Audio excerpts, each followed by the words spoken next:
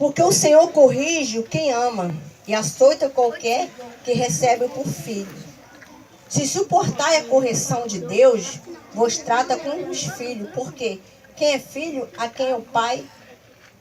Quem é filho que o pai não corrige? Todos têm que ter o quê? Correção. Se não tem correção, não é filho. Vocês vão descobrir que tem pessoas que ela não tem. Tia, bota o microfone mais perto que a gente ouvir melhor.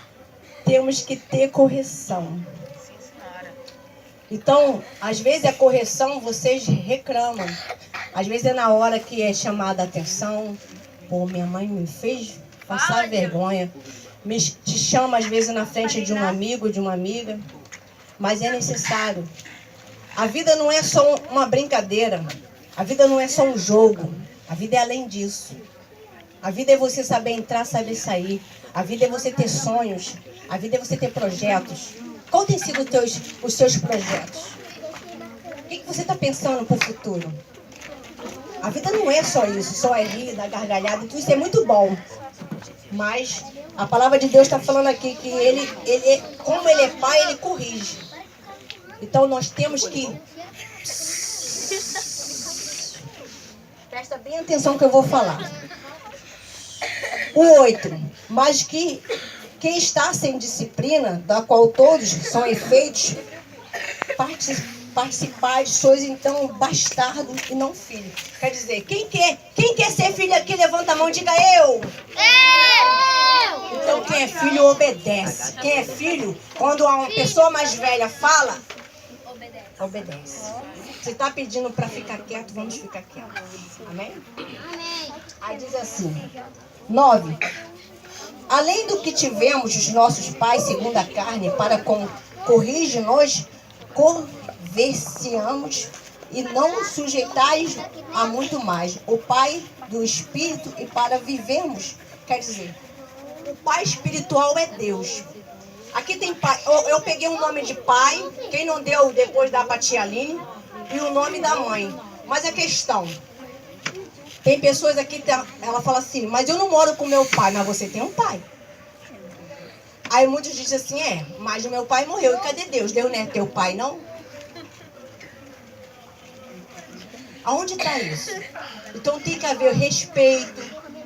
Quando o mais velho fala com você, mas eu tenho mania, eu fico irritado quando alguém chama a minha atenção. Aí termina, palavrão já é legal? Falar palavras torpe é bom? Não! E por que muitos fazem? Porque faz o que não é bom. Mesmo que você esteja com raiva, isso não é legal, isso não é educativo. Isso já começa em casa. Tem gente que fala assim, eu vou passar a ter educação na escola. Não, a educação começa dentro da sua casa, da sua família, seu pai, sua mãe. Os professores vão só ajudar, vai dar um apoio. Mas se você não está tendo essa educação, aprenda hoje. Aprenda hoje. Aprenda a ouvir o mais velho. Aprendam, como é que eu posso te dizer? A se respeitar. Você sabe que tem pessoas que ela não dorme e ela é uma criança? Tem criança que falou pra mim, eu não vou falar nomes nem nada, mas eu vou falar a realidade. Você, às vezes, você fala que está sofrendo, mas você não passou nem um pedaço do que o outro amiguinho está passando.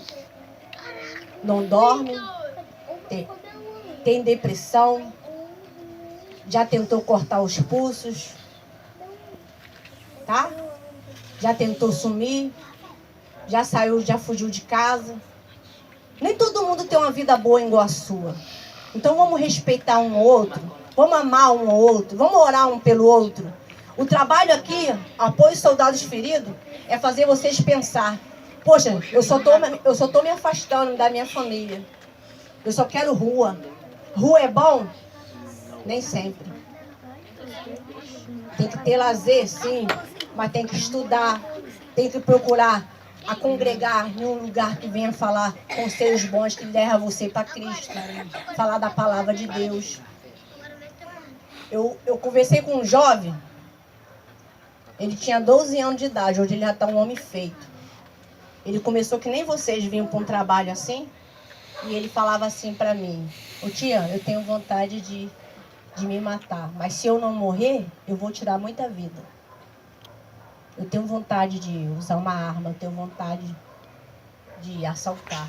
Vem na minha cabeça. Na cabeça dele, era algo que passava na cabeça de todo mundo. Mas não é normal, é espiritual. E ele chorava. Quando ele chegava, ele não dava ideia para ninguém. Tinha um semblante bem fechado. Ele não dava boa noite para ninguém. Ele sentava mudo e saía calado. Então chegou uma certa vez que eu cheguei para ele e falei assim: que mal a sua mãe te fez? Que mal a tia te fez para você não querer? Eu não gosto de me turmar com ninguém. Eu gosto de ficar sozinho na minha. Então a criança dessa tá sofrendo. Tá ou não tá? Tá sofrendo. Aí nós que tá aqui, nós tem que orar pelo esse amiguinho ou por essa amiguinha. Então, tem pessoas que estão igual a situação dele. Então ele chegou para mim e falou assim: tia, eu não tenho mais sonho, nem tenho vontade de viver. Por quê? Minha mãe se droga, meu pai é viciado em cachaça, bate na minha mãe. Isso é vida? Por isso que eu fico na rua mesmo. Eu falei para ele: a rua não é lugar para você não. Deus quer você em um lar, Deus quer você feliz com a sua mãe, com o seu pai. Aí ele falou assim para mim: a senhora fala isso porque a senhora tem casa, a senhora tem lar. Não, as palavras dele só eram ser tristeza e uma palavra dura. Eu não vejo nenhum de vocês aqui com uma palavra dura, semblante fechado. Eu não vejo. Eu não vejo você triste. Eu não vejo vocês com raiva, querendo se vingar do mundo, fazer coisas erradas. Eu não vejo. Eu vejo homens e mulheres de Deus aqui abençoados. Mas ele tinha esse problema. Então ele chegou para mim e falou assim: tia, se a senhora me der certeza que eu vou ficar vindo aqui, vou buscar Jesus, eu vou ter paz, eu vou me entregar para esse teu Senhor aí. Morou? Já é? Desse jeito ele falou. Então eu falei assim: então tá bom. Vamos fazer uma experiência de um mês. Se tua vida não mudar, você não precisa mais voltar. Isso eu falo para vocês que estão vindo aqui a primeira vez. Vocês que estão começando a chegar aqui agora. Se a vida de vocês não mudar, vocês viram para cá, dentro do seu lar, sua mãe se transformar. Faça o convite de ela vir. Nós faz trabalho da família quinta-feira. Nós faz o trabalho das mulheres toda sexta-feira. Reunião da família quinta-feira. Vocês não podem deixar de vir. Vem orar pela tua família, pelo teu pai, pela tua mãe, pela tua irmã. Às vezes tem uma irmã doente, já foi no médico, já gastou tudo. E às vezes é espiritual, mas você não chama ela para vir para um culto. Então eu vou falar uma coisa para você. Esse jovem, antes de um mês, ele já começou a sorrir. Antes de um mês, ele já começou a me abraçar. Antes de um mês, ele começou a falar que a vida vale a pena viver. E a mãe dele começou a ver a diferença dele, que ele só queria rua, rua, rua. Ele não queria mais nada a não ser ir para a rua. Aí a mãe dele foi lá procurar saber quem é essa tal tia Rose. Essa tal tia Rose sou eu. Eu me apresentei para ela e ela falou assim: o que a senhora fez com meu filho? Eu só orei. Meu filho passou a dormir. Meu filho passou a chamar eu de mãe. Meu filho me chamava de cracuda. Isso é muito triste. Então, isso é desrespeitoso, isso é doloroso para uma mãe. Nunca responde mal a sua mãe. Então chegou um momento que ele falou assim: tia, já chegou um mês, eu quero esse Jesus.